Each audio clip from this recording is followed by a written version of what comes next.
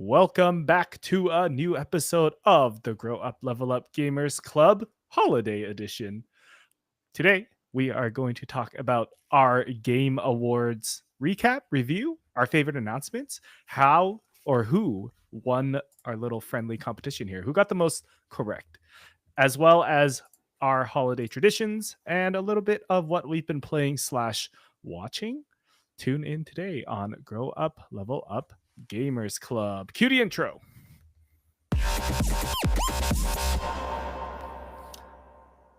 Very nice, very nice. Yeah. So if you are watching live, welcome to Grow Up Level Up Gamers Club live for the first time on YouTube. That is as far as we got so far prepping this show today. Hopefully we'll be live on like Twitch at least in the future, but for our special holiday episode, we wanted to try something new and different. Like I said, my name is Samson, aka Samson XP on the internet. You can find me there, and I will be your host today on this cuddly what do you call it? Cozy. Cuddly. Don't say cuddly. On this cozy holiday episode featuring my co-host, Sir Dr. JM, aka Jordan. That's right. That's me. You might not recognize me as I joined and Samson said, "Who's that looking back at me?" Because if you've seen our videos in the past, I once had a big bushy beard and now I'm rocking mustache for the holidays. So this is a holiday variant, a holiday skin, that's if right. you will. That's right. So make sure to partake because it will go away by the end of the season. Well, maybe. We'll see. We'll see if it sticks around. My wife hated it at first, and then I think a couple days ago she said, it is growing on me. And I said, well, it's grown on me actually, but I get it. I appreciate it. So that's a dad joke. It sure was. That's a dad joke. Let's talk about that mustache for a second. What was the decision to grow a mustache? Well, honestly, it was. If you have been watching the show for a long time, you know that at the start of November, I also cut my hair. I had hair past my shoulders, and I cut that off. And then I just thought, you know what? It's not enough.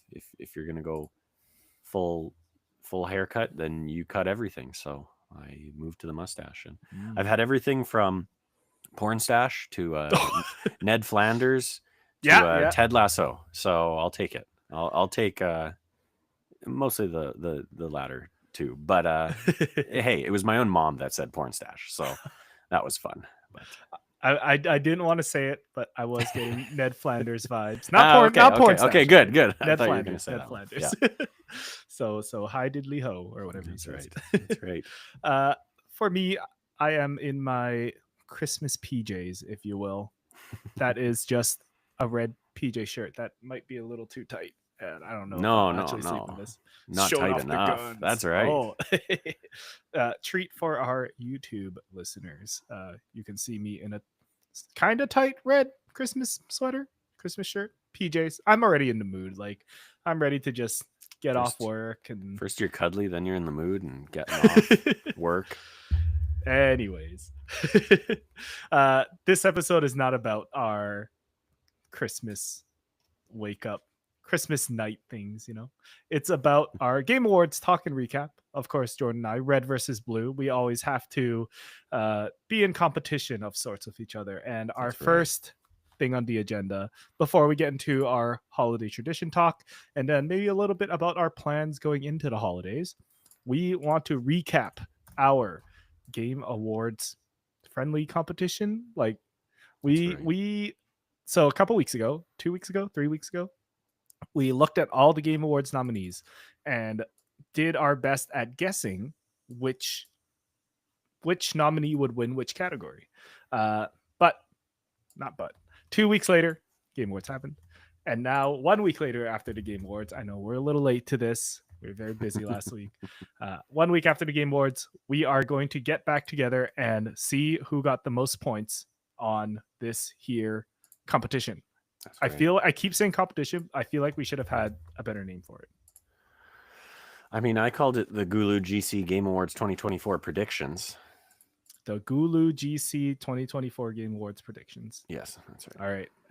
And right now, watching live, you will get to see who got the most correct. Jordan is calculating the points as we speak. I think how we'll do it is Jordan will present the most beautiful spreadsheet. I heard it's right. got colors It has and many shades colors. of black. Let's see. It has 1, 2, 3, 4, 5, 6. At least 6 colors. Amazing. Amazing. That's more than I use in my day to day at work. Oh, And then we'll just go through category by category and rack up those points and see who won at the end. Will there be a prize? Will somebody have to jump into the lake? Who knows? That's part of the fun here oof, at Grow jumping Up into Level the Up lake. Gamers Club. And hey, shout out to the 3 viewers we have right now on YouTube. Thanks Oh, for tuning boy. in, guys. That's If you, exciting. if you're in the chat, please type a hello, maybe where you're from, as we set up our screen. Are you still sharing the screen, Jordan? Or I certainly can. I'm just working on one thing so that I can hide the results, and I'll just kind of move down the. Here we go. I'm just literally. I hope this works. If it doesn't, then you're going to see about 16 categories at once, but that's okay. spoilers, spoilers. That's all right. There we go. Okay, let's give this a try. Here we Oh, go. Oh, yeah, I don't think it's going to work. I think you're just going to see a bunch of categories. Okay, wait. ooh, all right, spoilers. Oh, How's that? geez. No, I still see every. Oh, darn. I tried putting a window in front of it, but all right, well, that's okay. We're going to start here because this is only a portion of the results. Ooh, all right, So let's do it. I don't think, I mean, do you want to go category by category, or should we maybe talk about the ones that we differed? One of us got it right, the other got it wrong. Yeah, why don't we do that for our Sure. For our audio listeners? We'll go through each category real fast about the ones that we matched.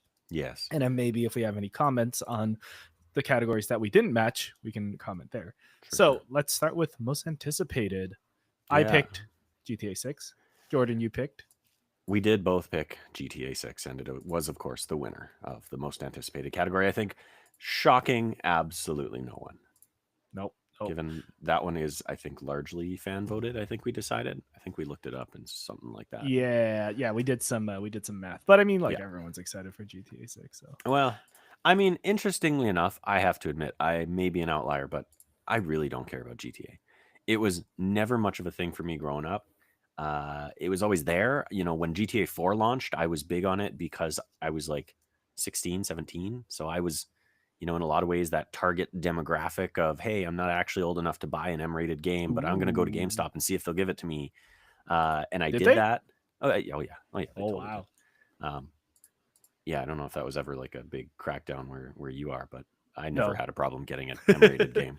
No, it was always a crackdown from my mom. Fair enough. Yes. No, I think by that age, my parents were pretty well letting me play and, you know, watch a lot of R-rated movies and things like that. They didn't care by that point, but hey, they raised me good, so don't worry about it. Raised me well, I should say. Anyways, GTA, not very meaningful to me, but I knew it would win this category for sure. Excellent. Yeah. Best adaptation. We both picked Fallout. Winner was Fallout. That's right. Easy one, I think. We talked about that last time. It had all the hype, and I think as far as adaptations went last year, or I guess over this past year, because it's still 2024, it deserved the win. I can't say I watched it yet. I still have not. It's on the list, but it's a lot of fun, and I haven't ever finished any Fallout games, but it was a lot of fun. It was a lot of fun. Cool. And I kind of got the idea. So fair enough. Best multiplayer. We both picked Helldivers 2. Yep. And deservedly so. I think it won that out. One of not the only category I think Helldivers won, but good to see them winning best multiplayer as they had quite the storm of popularity this year. Excellent. So we are 3 for 3 so far for both of us, and here's where it starts getting different. Best sports and racing. I picked EA Sports FC 25. Jordan picked F124, and the winner of that one was EA Sports FC 25. Woo! Yes. For me. What do you have to say about that pick? Some might have said it was the obvious one. Yeah, I think I said it in the in that previous episode, but I think it's just more people are playing football games, or soccer games. Yeah, so got more votes. Fair enough. That's all. Fair enough. Best sim and strategy. Yeah, one that You picked Unicorn Overlord. I picked Frostpunk 2, and I'm pleased to say Frostpunk 2 won it. So now Nice. we're even again. We're both neck and sitting neck. at, that's right, whatever You that know would what? be. 5, 1, 2, 3, 4. Yep, 5 and 5 with 5 that and one. 5. All right, let's start banging these out really fast, too. So we Absolutely.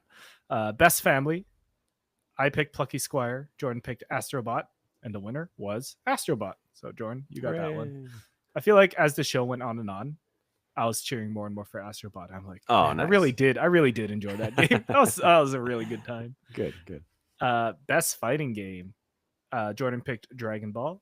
Samson picked Tekken 8, and the winner was Tekken 8. It sure was. I think that was Dragon Ball Sparking Zero, right? Yes, that's right. Yeah. Okay. I thought recency bias would be on my side, but it was not. So. Oh, what a twist!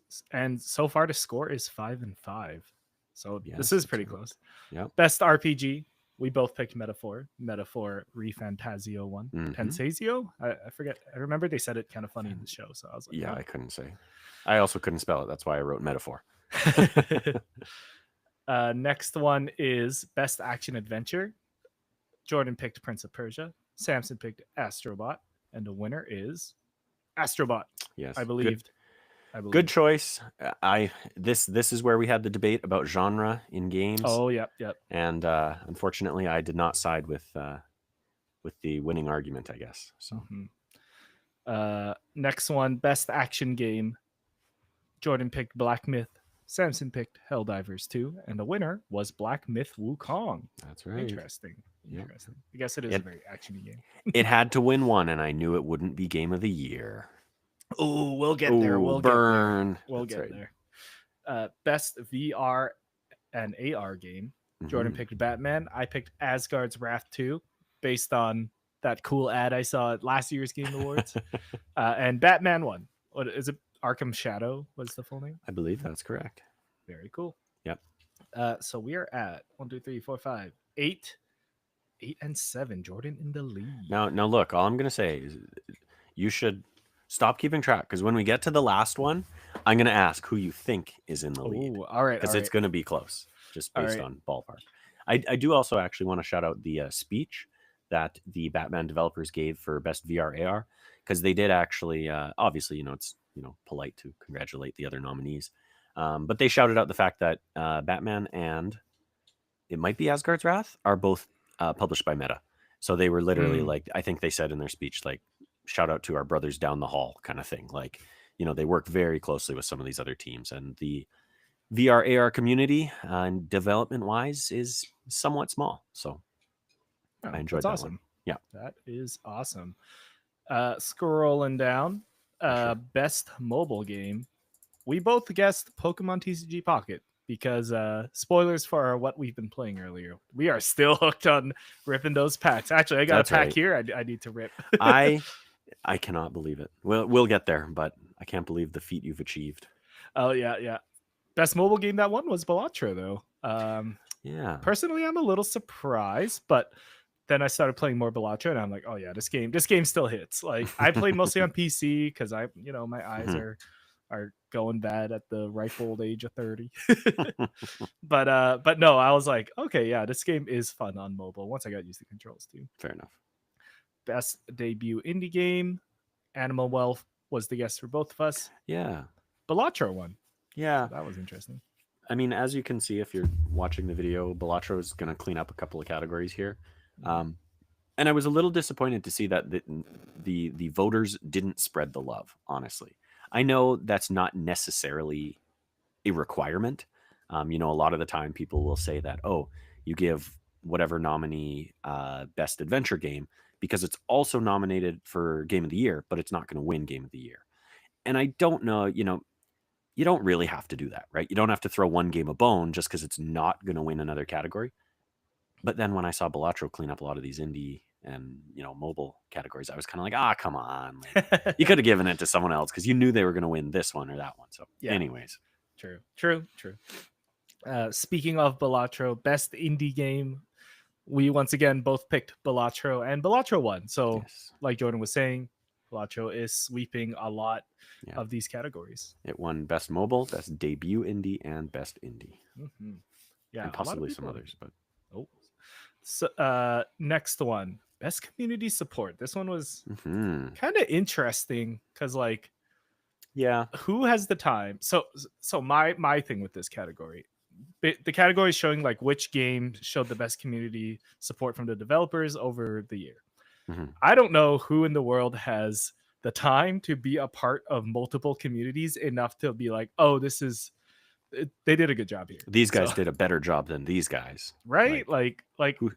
yeah, I really do feel like it's which fan base more or less, Yeah. or even the critics like r- championed their vote the most, more or less. Yeah. Yeah. Anyways, Jordan and I picked Helldivers 2 just because of all the cool updates, but the winner goes to Baldur's Gate 3. Indeed. Surprised to hear that one, but I do think they released a lot of like quality of life stuff. I think sure. they also released like a huge update with more endings kind of thing this year. Yes, I know. I know that I have obviously who doesn't in the games side of things, but I have friends who are quite into Baldur's Gate, and yeah, I know it released like new races or classes. I can't remember which. I never played Baldur's Something Gate, like so that, yeah. but yeah, they did release some significant updates that allow you to keep playing. One of those games that just keeps on giving in a lot of ways. Awesome. Next one, kind of similar to best community hmm support, best ongoing. Jordan and hmm I both picked Fortnite, but Helldivers 2 was the one that got best ongoing. So I guess we kind of we should have moved our answer down a little bit instead of Yes, Fortnite. that's right. Helldivers 2. Yeah. Awesome. So Jordan and I overall kind of on a not correct guessing streak, but that all No. changes very soon. Maybe. Oh, sure. Games for impact. Jordan picked Closer to Distance. I picked Neva, and the winner was Neva. Yeah. Just based on what I heard. I have not played this game. Nor Based on I vibes. plan to. Yeah, It was based a on vibes vibes. based guess for both of us, I think. Yeah, I feel like that's we should coin that vibes based analysis. Perfect. Innovation in accessibility. I picked Diablo 4. Jordan picked Dragon Age, and the winner was Prince of Persia: The Lost Crown. That's right. That's what TLC stands for. Good job. I definitely read it. I almost said Tender Love and Care. Prince of Persia, Tender Love and Care. That's a different kind of video game. Best performance. I picked Melina Juergens. Yep. Jordan picked Brianna White. I think Melina Juergens is the person that played the main character in Hellblade. Yep. Brianna White is it Tifa or Aerith? I believe it's Aerith in Aerith. Final Fantasy Rebirth Remake. And the winner is Melina Juergens. It was indeed. And I think the first two-time winner of the Game Awards. Oh, for really? Best performance. Yeah. Oh, awesome. Because she also won for the first Hellblade. Yeah, exactly. I played the first or the second Hellblade, and it's very spooky. Did you play it's the like first? So restful. Yeah, I played the first. Oh, I okay. really liked the first. Gotcha. Like the first one. Played a bit of the second one, but I'm like, oh, I'm like sweating. This is like freaking me out, man. That's funny. Best audio design. Jordan and I both picked Astrobot. Yep. Senua's Saga or Mhm. Hellblade 2 was the one that won. That makes a lot of sense. We should have seen that coming. It's those bleeps and bloops from the controller with Astrobot. True, I still true. think, and I mean, also like the soundtrack behind Astrobot. I was like, if that counts as audio design, then come on. But as we'll find out in the next category, Yeah. it didn't win for score and music either. In the next category, we both picked Astrobot again, but Final Fantasy VII Rebirth was the Mhm. one that won the best score and music award. Mhm. Best art direction, we both picked Black Myth, but Metaphor won. Yeah. That kind of makes sense. I actually downloaded the demo after hearing did all ya? the Metaphor stuff. Haven't opened it yet, but Okay. looking forward to it. I'm very curious to hear your thoughts. Ooh. Best narrative, we both picked Metaphor, and Mhm. Metaphor won. That's right. Point for both of us. Best game direction. Jordan picked Astrobot. I picked Balatro. And this is a point for Jordan because Astrobot won. Finally, after a bit of a streak of incorrect picks there, I got 2 in a row. So that bodes well for me. We're coming to the end here. I feel like we started off really strong and it kind of fell apart. Absolutely. Best game direction. Jordan picked Astrobot. I picked Balatro. And Astrobot won. And lastly, of course, game of the year. Yeah. Jordan picked Astrobot. I picked Black Myth Wukong. And That's Astrobot takes home the grand prize. It does indeed. Now, if for video watchers, for the live viewers out there, thank you again for watching. I'm not scrolling down because I have the totals on the Oh, next line. oh, So I want your vibes-based scientific guess here, vibes-based based on analysis. what VBA. you can see in front of you and what you know is in the 12 columns prior or rows prior. Who do you think came out on top with the most correct predictions? You or I? Hmm. Dang, that streak at the end is really throwing me off. But I Oh, those did. three. Yeah. But Uh, look, I got this bad streak here, and you had a couple of good ones in I there. know, So but I'm trying not to look back too hard. I'm trying to feel based on vibes. I mean, I I could feel just like scroll up and down so you can't keep track if you want. I'll just close my eyes. And now I'm definitely feeling the vibes. Okay, good. I want to say I won by 1 point. Ooh, that's a very good guess, but you got to flip it. I won by 1 Oh, point. that's That's right. crazy. That's So right. It was only 1 point different. I had 12 correct guesses. You had 11 or predictions. So there wow, you have it. Yeah. that is real close. Yeah. So the winner of the first annual Gulu GC Game Awards prediction trophy goes to Jordan. Ding, ding, ding, ding, ding. Hooray.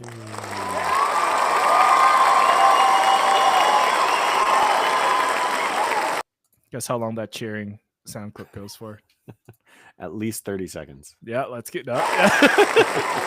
Is 36 seconds long. Oh, wow. Okay. Well, But congratulations, Jordan, on thank you. the first of many annual, I'm sure, I'm sure. Game Awards prediction winner, vibes based analysis kind of guess. That's right. That's right. That's awesome. What are you gonna do with all your winnings?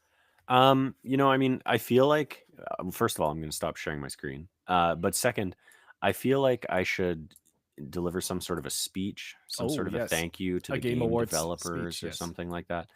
But speaking of, I don't want to outshine the Baldur's Gate. I don't know what his title is. The guy who got to present Game of the Year this year, Hmm. of course, because he led the team with Baldur's Gate, which won Game of the Year last year. And I don't want to overshadow his speech. He did a very good speech, kind of commenting on the industry and many of the reasons why they feel Larian Studios feels Baldur's Gate was able to win Game of the Year and what sort of Game of the Year means to the industry. And I just don't want to outshine him. So I'll just say thank fair you, enough. and I'll consider donating my winnings. We'll see what I do. So Fair enough. Fair enough. yeah, Just frantically looking for a please wrap it up sign to yeah. to somehow post. That would have been good. Well, those are our predictions. Thank you for following along so far. Now we're gonna talk about our favorite announcements real quick. I picked 3 game announcements that were my favorite. But Jordan, did you have any announcements that you're really itching to talk about? I mean,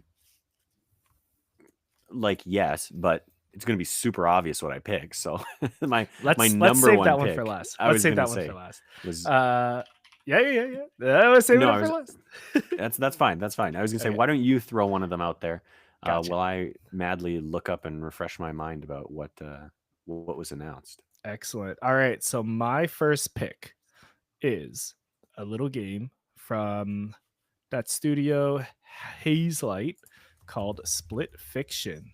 Got the trailer for those watching on video right Yes. now. It Takes Two, one of my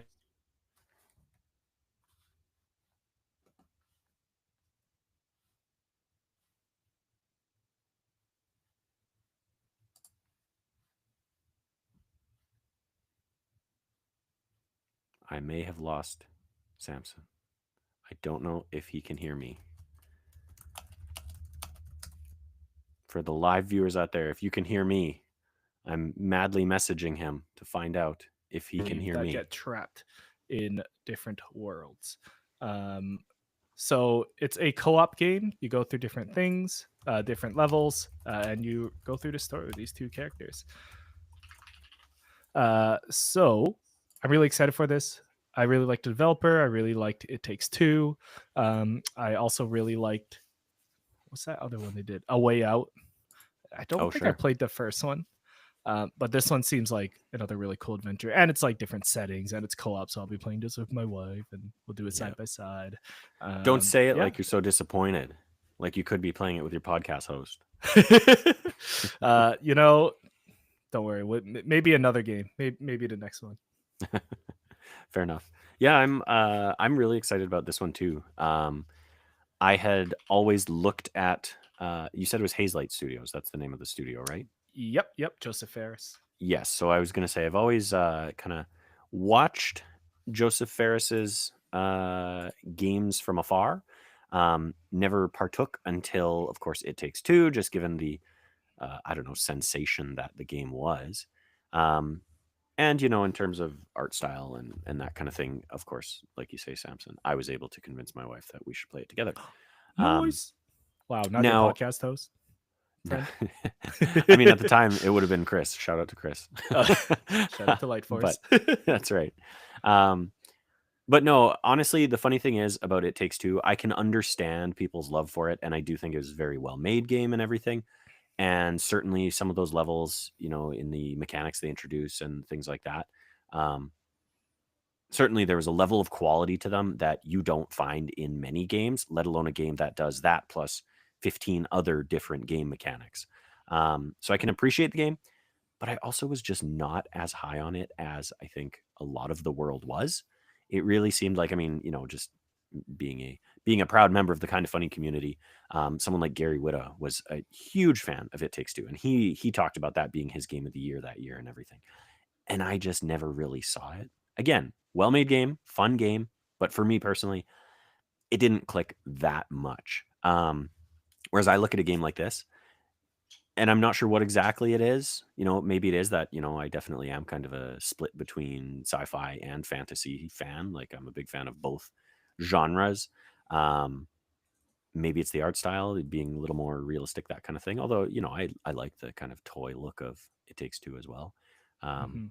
But yeah, I find this one actually is probably the first one that I'm seeing ahead of time and thinking, wow, I'm definitely going to play that. So Excellent. Speaking of Chris, we summoned him into our YouTube chat. Hey, Chris, what's up? How's it going, I thought Mister that at Light Force? I somehow thought that might be the case.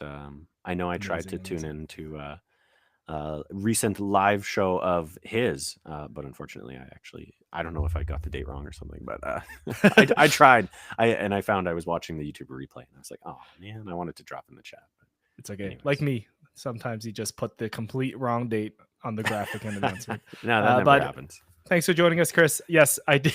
I guess my disconnect did happen live on YouTube. Oh, it did. Disconnected for a minute. But I Cool. was just talking about how much I loved It Takes Two, how excited I am for Split Fiction. Hopefully you caught that end bit there. Yeah, that is my first excited announcement. So, Jordan, was that one of your highlights of the show? I would say it probably was. Now, the funny thing, you mentioned your disconnect there, and at the same time that happened, I was Googling a list of the Game Awards announcements so that I could pull it up and just kind of refresh my mind. And I got partway through, and then the disconnect happened, and I was like, "Is this me? Is this Samson?" And I didn't know, so I closed the tab before I could get through the full list. But one that I did come across that I'm quite excited for was, I believe right now it's just called Project Shadow. And this was, of course, the latest from, let me try and get the name correct. Project Robot. Sorry, I got it. It's Project Robot. I tabbed through my deleted Robot. messages. This Yeah. was Let me pull the this up. project from, I don't want to struggle with this name, but Fumita Uedo, the creator behind Ico and Shadow of the Colossus, and of course, The Last Guardian. As someone who played Shadow of the Colossus far late, many, many years after it was announced, or after it was released, sorry. I did play, they eventually made an HD remaster, sorry, of the PS2 game and put it on PS3. So I played it on PS3, but it was still the PS2 version, just basically ported over to PS3. Whereas many years after that, of course, Bluepoint Studios would then remake or remaster the entire game and bring it to PS4. So I did not play the PS4 one. I played the PS2 one on the PS3. And it was kind of in a lot of ways, um, I don't want to say a transformative experience, but it really opened my eyes to sort of a different style of gameplay and a different way of playing a game. And I think a lot of fans of Fumita Uedo, um, and the games that Team Ico had previously made, um, talk about Shadow of the Colossus in sort of this holy grail sense. And although I don't think I would put it up there, I do put it in sort of a class along with a Ghost of Tsushima, where you might not be doing the most action all the time. You might not be doing, even the most exciting, just moment to moment stuff, but it's that sense of exploration and it's that sense of discovery, just being in a world and moving around and navigating, and it has such a distinct feel to it. And because of that, I really kind of fell in love with Shadow of the Colossus, and then, as I've talked about on the show as well before, I really fell in love with Ghost of Tsushima as well. Um, and I put them both sort of in the same class of games. And so, seeing this trailer here, obviously it's early; it's largely a concept teaser. Yeah. Um, but the fact that this game, I think the studio is called Gen Design, and this is his first game outside of Team Eco, which was under Sony and PlayStation, right? And his new studio is under Epic, and that was announced many years ago. And the fact that all we're getting right now is a bit of a teaser tells me that we're still a number of years out from this thing. But just the fact that they revealed this, the fact that they showed it off, for me, this was a holy crap moment kind of thing. Like, never in a million years would I have predicted we'd see this at the Game Awards. So very excited for it. Interesting. Yeah. Yeah, no, that piqued my interest as well. I haven't played Shadow of the Colossus or Ico. hmm Um, but Or I've The always Last Guardian. Don't forget The or the Last Last Guardian. Guardian. Definitely haven't played that one. I But tried. I couldn't. I oh got like a couple hours in and it was just too frustrating, but oh dang. maybe one Uh, day. but yeah, I was like really intrigued. I'm a sucker for giant robots. Yep. Very very simple guy, sucker for giant robots. So when that trailer was happening, I was expecting, it's like, yeah, let's go, it's gonna be Pacific Rim, but then like the Yeah. head came off, so I'm like, oh I okay, know. so maybe the big robots aren't for fighting. So it'll be interesting to see what the story is and like what hmm kind of message it has in the future. And that's kind of the, if I had to say, share what the secret sauce is for those who aren't fans of the studio's previous games. That's kind of what the secret sauce is in those games. It's very much like, um, there's an underlying meaning or message behind the gameplay overall, right? You play through this story that is generally told in a very minimalistic way, and then kind of towards the end, there's this buildup of, oh, I see where this is really going now, and I see what this is really saying. And you get there, and it all kind of comes together nicely. So yeah, Excellent, excited for it. absolutely. My next game is gonna be, well, maybe it's not too different from the last one, but it is going to be Dispatch from, I didn't grab the name of the developers. Oh yeah. Starring Lauren Paul, Aaron Paul, and Laura Bailey. So Dispatch piqued my interest because, like, Aaron Paul, Queenie really likes Breaking Bad. So she was And like, you oh, too? no, I never watched Breaking Bad. Are Oh you my shaking? god. Are you shaking your All head at right. me? I can't tell. That's uh, fine. but I was like, oh I'm yeah, it's shaking from my The head Walking at you. Dead. Yeah. It's from the Tales from the Borderlands team. So it is a story based game. Like, animation looks great. Looks like a cartoon. And the hook of this was like, oh, it's actually not about combat. You are being a manager. Essentially, you are being the desk worker. Hey, shout out to Mario in the chat, just tuning in. What's up, man? Thank you for tuning in. But yeah, Dispatch is a story-based game where you don't play as the superheroes. You play as the manager, dispatching superheroes, like kind of like a call center or like a police station, I guess. hmm 911 operator, but it's all superhero based, and it seems like there's like a deeper story going on. There's lots of zany characters, and you work in an office with fluorescent lights, which is like, wow, this is so relatable to my real life. So that's why I'm kind of excited for it. Like, I want to see at least the story. I want to see what the actual gameplay is like. Like, will you get different endings depending on what heroes you send out to different parts of the city? hmm So that's the kind of stuff that really piques my interest. Dispatched. Let me try to find the team real quick. Does this interest you at all, Jordan? Yeah, I'm excited about this one too. I'm a big fan of Invincible, the TV show on Oh, Amazon, of course. of course, And yeah. this has a very similar sort of art style to it. And I would even argue in some of the humor and stuff, it seems like kind of there's definitely some crossover there. Invincible, not necessarily the most humorous show, but I was really into this one thinking it was a show, and then they kind of flipped it on us, and it was Oh, like, oh, it's 100%. actually some sort of a management sim. I really, watching the trailer, thought it was going to be a cartoon or something, and I was like, oh, this is interesting, great voice cast and everything. But then yeah, when it turned out to be some sort of I want to call it a management sim because it looks like there's management sim aspects behind it. Right now, obviously the trailer was uh, I think a little light on actual gameplay, but even just watching it, it's all very seamless. So it's hard to tell what was gameplay and what wasn't. Super true. Um, Obviously, certain parts of it are definitely, cutscenes or whatever like that. But yeah, definitely interested in that one. And like you said, killer voice cast. So There's like there's a game. I forgot what it was called, but it was very much like the gameplay and yeah, the cutscenes were very hard to tell apart. And mm, there's lots of times it probably was a Telltale game where like, oh, you suddenly have a you'd be choice to sitting make. there. Yeah. Yeah, might have been one of the what do you call it? The spooky games, the anthology, Until Dark Pictures Dawn, Dark anthology. Yeah, Pictures. Yeah. Yeah. yeah, it might be one of those where it's just suddenly you have a choice and you have to react. And Right. might have been the Corey that did that, lean into that a little Oh, more. yeah. So I hope it's something like that because I actually really like it when you're like That's a good point. enjoying and ends like, oh, you got to make a choice. It's almost like real life. Like, oh, you got to make a choice in real life right now, and it could influence the future. So Oh, I have to respond to that question. yeah, Oh, he was exactly. talking to me. Exactly. Cool. Quick shout out to Mario again in chat and Hellberg, Gabe. Gabe says he's pretty hyped for Dispatch. Nice. So am I. So am I. Definitely will be something maybe we can play on stream. That'd be cool. Seems like a fun stream game. Absolutely. And then Mario says Invincible is goated. Can't Invincible disagree is there. goaded. And I think they have the second half of the second season is coming out in the new year. I want to say like Oh, February, maybe March.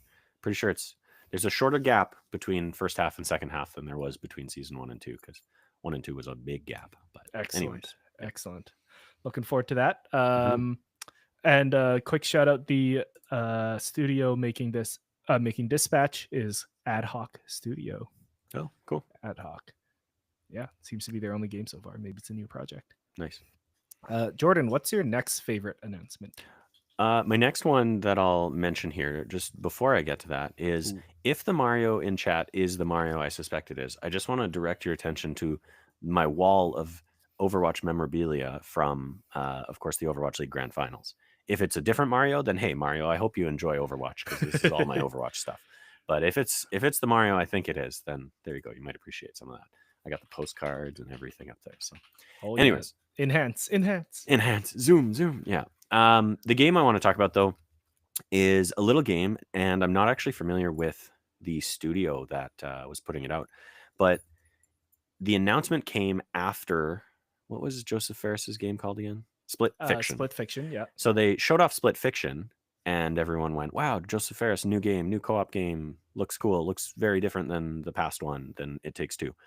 And then a little while later, a different studio by the name of Ghost Town Games showed off a game called Stage Fright, which actually looked like it might be quite similar to a previous Joseph Ferris game. A little bit more of a cutesy kind of art style, a little bit more of, I don't know how to describe it, a little more cartoony, but chibi kind of yeah, game. similar kind of co-op adventure playing as, I'm not sure if it's just two, but small, like you say, sort of chibi-esque characters. Here we go. And of course, from the creators of Overcooked, which is a game that my wife and I are big fans of. So, I mean, as the trailer gets into it here, you'll see when they get to some gameplay and stuff. That's it gives off similar vibes to what we've seen in previous Joseph Ferris games. With the co-op aspect to it and everything, I swear there's gameplay in there somewhere. Well, even just the screen splitting down the middle and you're getting yeah, two perspectives. yeah. Skipping ahead in this trailer here. Oh, it's doing that funny little bit they were doing on the stage Yes, at the show. Yeah. that was also cool. It looked like holograms on the stage and everything. At Yeah. least from a viewer at home, it looked like holograms. But I swear there was gameplay somewhere in there, but maybe it's later A on. little bit run There we ahead. go. But also has this kind of element that I was going to say of this spooky kind of, again, it's cartoony, but uh, working in this, I don't know, fantasy-esque world to get away from whatever those monsters are that are chasing you. So Hmm. again, another one that, maybe a little light on gameplay right now, but has kind of vibes that Joseph Ferris games give off. And I'm happy to jump on that board and hopefully play another one with, as I mentioned, with my wife. So, Oh, there you go. See. or my stream partner, or No, yeah, there you go. podcast It's co-host. okay. It's okay. We have our wife games and then our Yeah. stream partner games. That's right. Excellent. Yeah, I actually forgot about that one. Thanks for Yeah. bringing that up on my radar. Stage Fright. I'll definitely have to check that one out when it comes out. Hopefully soon. I also like Overcooked, but Yeah. it's stressful, man. Oh, trust me, I've almost had a divorce over that game. So, anyways, go on. My final favorite game, which I sure is also Jordan's final favorite game. Gotta be. It's gotta be. It is Goat Simulator 4. No, I'm joking.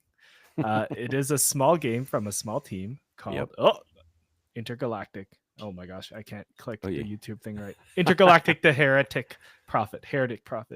I feel like the way they revealed this trailer was like perfect, pitch perfect. Oh, I just got chills. Like just watching this back right now, I got chills as soon as that text came on screen, knowing what was about to happen. Fair. I had no idea what was gonna happen. I was keeping my mind open. I'm like, what could it really be? I'm not gonna get my hopes up, but I'm open to it. And then I think it's the first shot with the Porsche spaceship. Yeah. Pulling in. Yeah. I was like, whoa, hold on. Hold on here. Yeah. What is going on? And yeah, just going into the slow reveal, like it's a space setting. There's some sort of bounty hunter thing going in, and you're already picturing like, okay, it's bounty hunter. Clearly, there's like some sort of gameplay loop around there. Clearly like a 90s anime. Akira, of course, Cowboy Bebop kind of influence on everything. Really cool designs. I can't say I could figure out too much of the story from here, which I like. It's new. Yeah. But yeah, I'm just like very excited to actually play the game with the short snippet they showed at the end. But basically, for those who haven't seen this yet somehow, looks like you are some sort of bounty hunter going through space, taking orders from someone. So it's really dangerous. Don't do it. And then you're like, whatever, I'm going to do it. Fly your spaceship onto the planet. And then hilarity ensues. I'm not sure. It just oozes of coolness. I don't know if hilarity will ensue. Maybe action, adventure, that kind of thing. Action / adventure, or just action? Perhaps. What do you think? I don't know. It just oozed cool the entire time. Like I was like, man, this is the sickest thing ever. And seeing all the familiar brands and actors pop up. Kumail throughout. right there. Yeah, Kumail Nanjiani. Really great actor, comedian. Yeah, just seeing like there's so much mystery, but the mystery is so cool. That's my takeaway. Yeah, and I mean the one thing you didn't mention is, of course, the studio that makes this game. Who is it? Of course, Naughty Dog, PlayStation first party studio, makers of Crash Bandicoot, Jak and Daxter, The Last of Us, and Uncharted. Now moving on to this. So definitely like one of those get hype, highly anticipated announcements just in general. I know there's been whatever scuttlebutt online about this game, but if you were to ask anyone before this was announced, name a studio that would announce something that would get you excited, you would definitely have a large number of people that would say Naughty Dog, right? Naughty Dog doesn't miss with their games. I'd put them, they're up there in the top tier of PlayStation developers, obviously. I think they are number one at this point. They might be. Topic for another show. Yeah, fair enough. Fair enough. But yeah, I mean, I've been with Naughty Dog since the early days of Crash Bandicoot, and I've never missed one of their games. Actually, oddly enough, Uncharted 1 is their only game that I think I didn't really get, on release by the time I Oh, was buying my own games and everything like that. And I eventually came around to it and discovered how great it was. And now I have the collector's edition of Uncharted 3 just over my shoulder right there. very Um, nice. Can I quickly shout out Go ahead. this part in the trailer for those watching on YouTube? Oh, What it started from the studio that brought you, and it did this movie trailer yeah. like just revealing the titles, and I saw Jack and Daxter. I like got up. I was like, whoa. Yeah, and then it kicks into this really brief snippet of gameplay. I would assume fighting a freaky 3-armed robot. Your blade comes out like a lightsaber guitar. You kick off a rock and go for your hit. Oh, Now, can't imagine. shout out to this moment right here, actually. If you rewind just a touch for audio listeners, we're just at the end of the trailer. Rewind just to before the title comes up, kind of thing. Oh, like just as she's swinging her sword. Oh, Okay, so pause it here. Okay, so this next part, what's the timestamp here on so that audio listeners can go check it out? 4:11. So at about 4:11, hit play, and then the title sequence that pops up was actually done in practical effects. So press play. What? Yes, and I came across this on, I think, Blue Sky just the other day. This swirl part where the title comes flying at you and everything, this swirl was done practically. This was all shot on like old technology to give it the look and this blur and everything. This, I don't know what that effect is called. I'm not a video guy, but all of that was done in some way in a practical effect. So, Wow. anyways, I learned that just, I think, last night, and I was like, holy cow, I didn't know you could do that practically, kind of thing. But yeah, this is a macro lens on some. They built something out of resin and whatever and stuff like that. So, anyways, shout out to that. But yeah, just by all means, the pedigree that Naughty Dog as a studio has is possibly unmatched. And like I say, Naughty Dog doesn't miss. I would challenge you to name a developer that has released as many quality games as Naughty Dog has and not had anything that really flopped. Fair enough. There's an argument to be made that obviously some of their games are better than others. And, when they do trilogies, generally speaking, I think sometimes the third doesn't live up to the other two. But even still, all of those games are great. So anyways, yeah, I'm definitely very excited for that one. Super hyped. Obviously, I'm a PlayStation guy. You know that. So really excited to see what that turns into. Do you think it's coming out next year? Do you think it's a 2026 thing? Well, a couple of things have come out since they showed off the trailer. Of course, Neil Druckmann, studio head over at Naughty Dog, has said that they started work on this in 2020. Now, obviously, what happened in 2020? Well, there was a global pandemic. So I think if there wasn't a global pandemic, we might already have this game. It might have come out in 2023, maybe, or probably 2024. I would say they were probably aiming for 2024, knowing that their development cycles are usually, 3 to 6 years, I'd say. Probably averaging around that 4 to 5 year range. I think the game could have come out this year if 2020 hadn't posed the obvious challenges for the world that it did. Given that's the case, and given how much we have seen from the Game Awards, I don't know if this comes out next year. I would really love to see it as like a summer fall kind of game. They released Last of Us Part 1 and 2, I think, in June. If this is the start of the hype cycle and the marketing cycle, then they've got enough runway that, they could, maybe they have an invite-only event in February or something, and maybe people can reveal whatever they played in March or something like that, and you start drumming up the hype for it, and then it releases in June, July, August. That would be awesome. But based on how much we saw in that trailer, I just don't know if that will happen. What about you? When do you think it might release? I'm too optimistic, man. I'm like, yeah, it'll come out next year. And then March. I feel like I'm too optimistic because I handle disappointment well. So it's like, yeah, it'll come out next year. Like June, July, September. I'll take September. And if it misses, I'll just be like, it's still making. I cannot wait to get my hands on this. Part of me is also like, man, I'm tired of games announcing themselves 7 years ahead and then taking forever. Like, I know. This past Game Awards, I went to Game Awards in 2023, and Hmm. watching this one, I'm like, oh, they announced like Blade, Oh OD, that yeah, Jordan you were Peele at that's game. the one you were at. Yeah. Ah, The year before. that So, Blade and then like announcement. none of those games have come out. Yeah, Actually, we haven't even heard anything about Blade, and like true. Monster Hunter Wilds was the stinger at the end, and even that Mm, missed this year. hmm. So I'm like, man, I'm just tired of these games. But you know, I get it. It's for marketing. Yeah, yeah. It's Well, to and build some hype. Yeah. I'm just looking, and like Ghost of Yote doesn't have an Oh, true. announcement date yet, or a release date yet. It was announced earlier this year. Hmm. Now, does that necessarily mean that one comes out before the other just because one was announced before the other? I don't think so.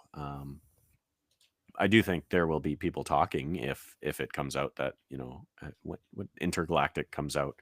If it gets a release date in June and we don't know when Yote is coming out, then I would be surprised, especially because, of course, Ghost of Tsushima, Sucker Punch's previous game before Yote, did come out before The Last of Us Part 2. So True. technically, you would think that their cycles line up. So Ghost comes out first, then Intergalactic. But I don't know. I don't know how many big releases Sony wants to rely on in a year anymore, right? There was a time in the PS3 era where they said, you know, one first party release every couple of months at least. And they definitely backpedaled on that in the PS4 era because they kind of took the lead in console sales. And, there's no sign that Xbox is catching up to them. So they don't need to release something every 6 months, every 4 months, even every year, probably. I'd love to have both of these games, but yeah. We'll see. We'll see. Yep, I'm crossing my fingers. We'll see. absolutely. Well, those are all our hyped announcements from Game Awards and our favorite things. Lots of things to be excited about. Like we said earlier in the show, I would say this is one of the better ones where there's a good Oh, amount of easily. showings and balances and all Yeah. that. And What no was 6 minute, I was just going to say, no 6 minute long ads for some mobile game nobody's ever heard about with Oh yeah. Mr. Oh, what's his name? I was going to say Mr. Chang from Community. Oh, yeah, I know. What's the character's name on Community? That's what I'm trying to I think remember. it's Mr. I think it was Chang. Yeah, his It's name just was Chang. It's just Chang. Yeah, not Mr. Yeah, sorry. Yeah. I was so close, so close.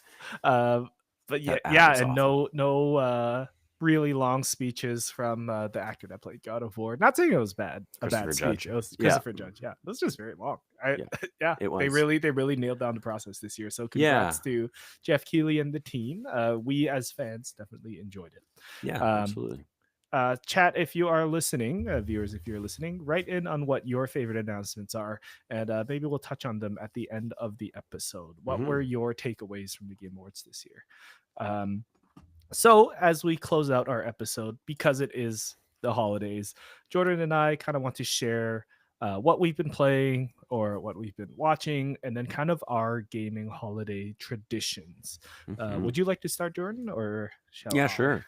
Sure. I'll start with what I've been watching, and maybe we close out on the holiday traditions, or no, let's how about I talk about a holiday tradition instead? Now that I look Okay, at the run sure. of show and It's free realize that's flowing, what you had gone for. Yeah. Yeah, I mean, the funny thing is, I kind of brought this up and just as like a way to, hey, this is a holiday episode. I don't know if you've said it yet, but I don't think we're doing an episode next week because it would be recording right around Boxing Day, Christmas kind of thing.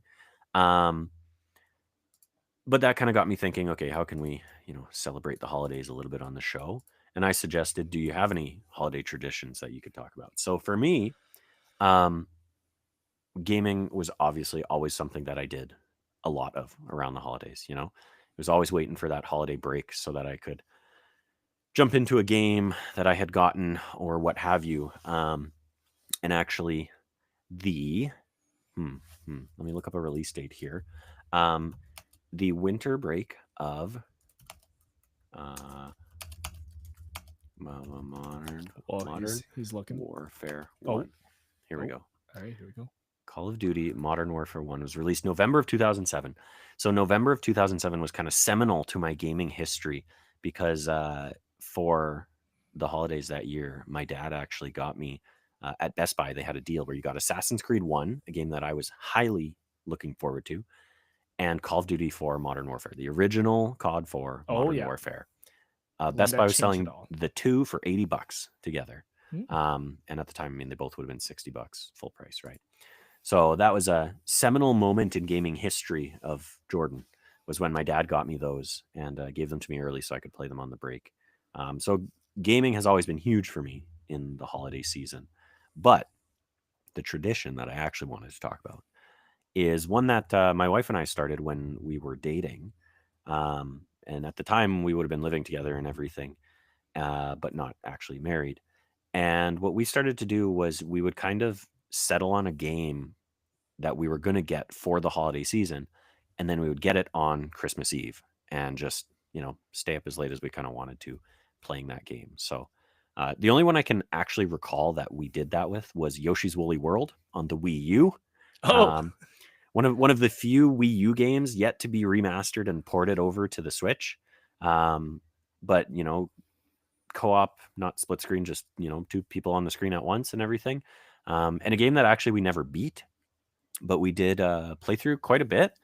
Spent Christmas Eve playing, and then came back to a number of times and got a ways into. And then a game that also I just actually rediscovered a couple months back, playing with my daughter. Oddly enough, just looking for something for us to play that's kind of co-op and easy and light and everything like that. And I think it was around the time I was playing Plucky Squire as well.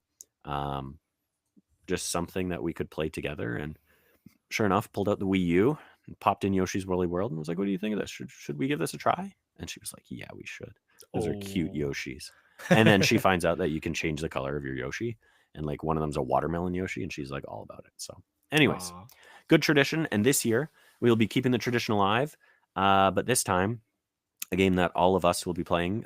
Myself, my wife, my daughter, and my mother-in-law are going to be cracking the new Mario Party Jamboree. Came out a few months ago Oh, now, but I got a copy of it just cause, and was like, we're going to play this on Christmas Eve. Keep the tradition alive. So I mean, I can confirm.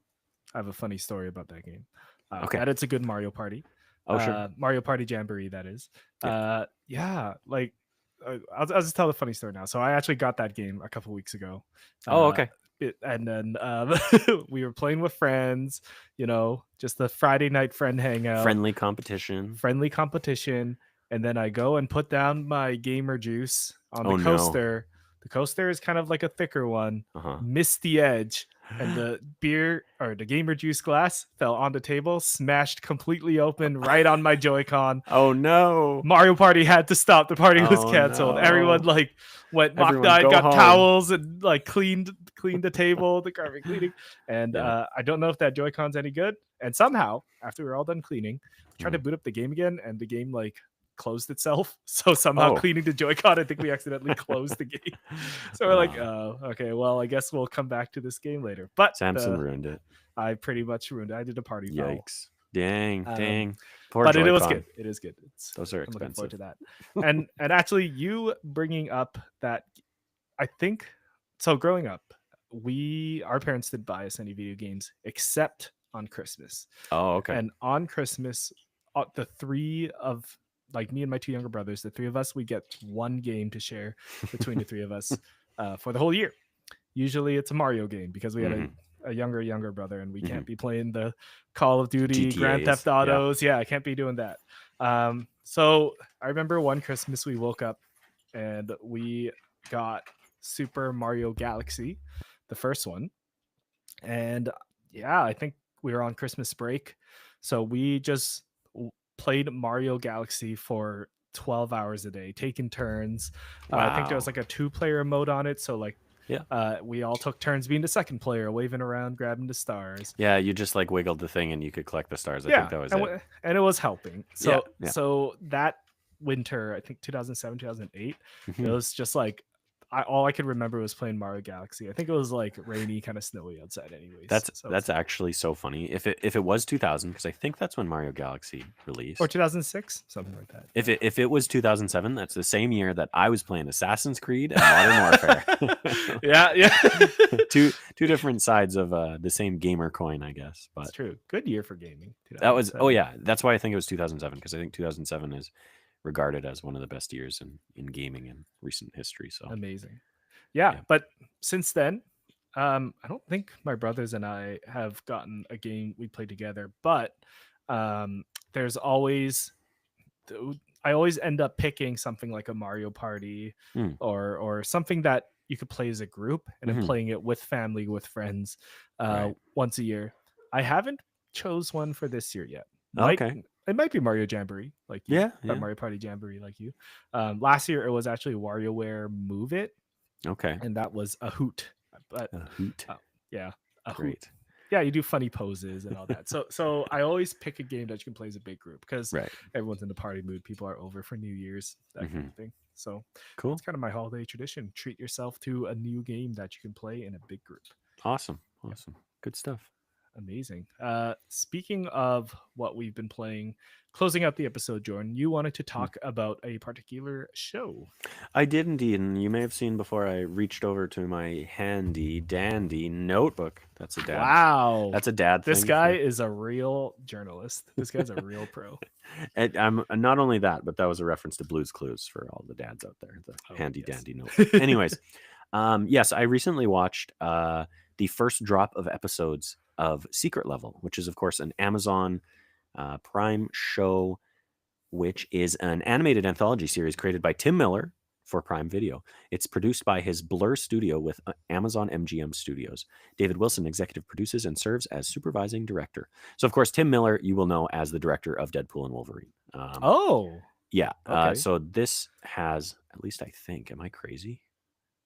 He's best known for directing Deadpool and, not Deadpool and Wolverine, the first Deadpool he directed. Mhm. Anyways, Blur Studio, of course, is a big name in the gaming world as they do a lot of cinematics and announcement trailers and things like that for game studios. Yeah, A like lot of the Blizzard. time, yes, a lot of the time they're contracted, so the game looks. I won't say nothing like the trailers, but I think back to there was a really big Dead Island trailer that came out for the first Dead Island, I think, and people were really impressed with it, and that was made by Blur Studios. So, anyways, uh, Tim Miller and who did I say? Dave Wilson, working with Blur Studios, made this series that is, of course, 15 animated standalone short stories based on video game franchises. So each episode is a different video game franchise, and it's 15 to 20-minute episodes of sort of here's a little short story in that world. I think episodes 1 through 8, I want to say, dropped maybe last week. And I watched all of those. The second half of episodes have now dropped, and I've only watched one of them. Um, but I just kind of wanted to talk a little bit about it because this to me is like kind of up there with being able to get toys of video games that I can now get as an adult. Because when I was a Hmm. kid, I would have literally murdered for a Crash Bandicoot toy. And you could not get them. Like you could not just go to a store. You could not order a Crash Bandicoot online. Now, I know in the PS1 disc, if you opened it, the little pamphlet did have a place where you could order a Crash Bandicoot toy. But nobody was doing that. You weren't ordering things online at the time. So, anyways, that along with being able to watch just short stories taking places in video game worlds that I love is like my dream. So when this was announced at the Game Awards, I believe last year, Hmm.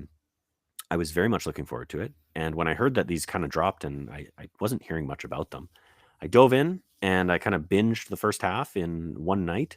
Um, and overall, I enjoyed it.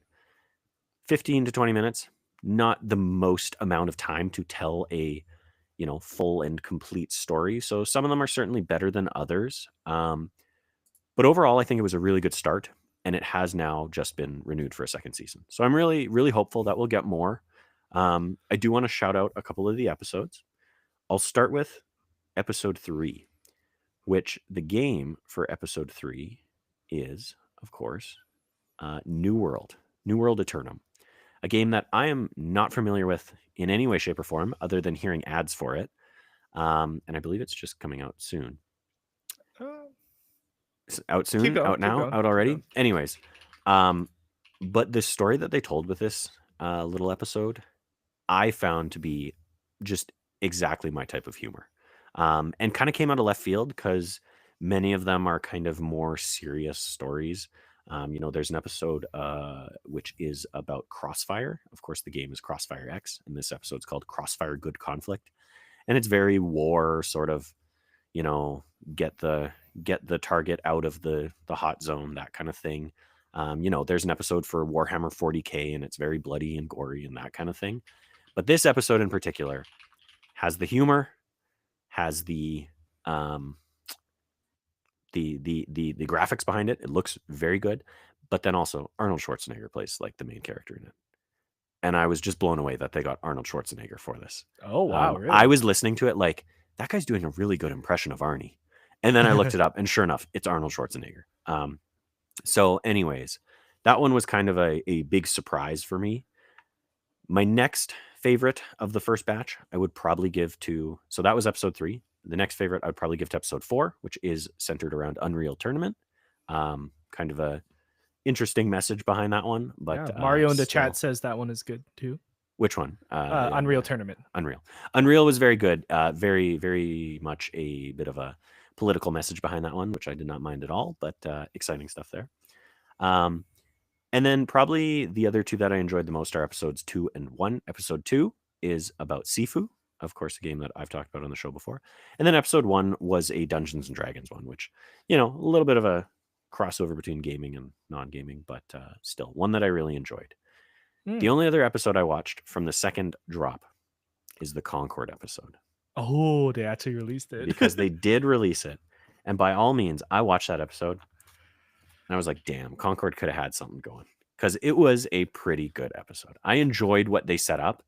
And I think it kind of filled in a bit of a confusing gap that I had when playing that open beta that I played. So anyways, Awesome.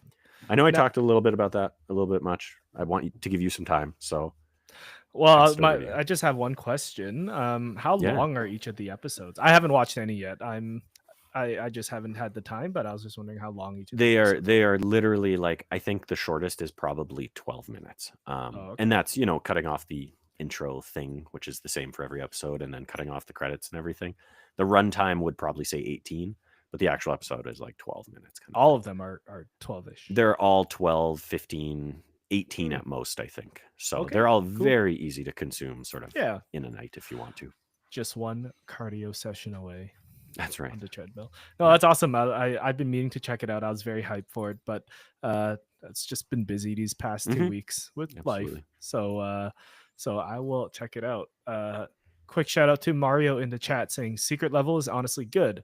He loved D&D, Pac-Man, and the Sifu episodes. Oh, and the Unreal Tournament one.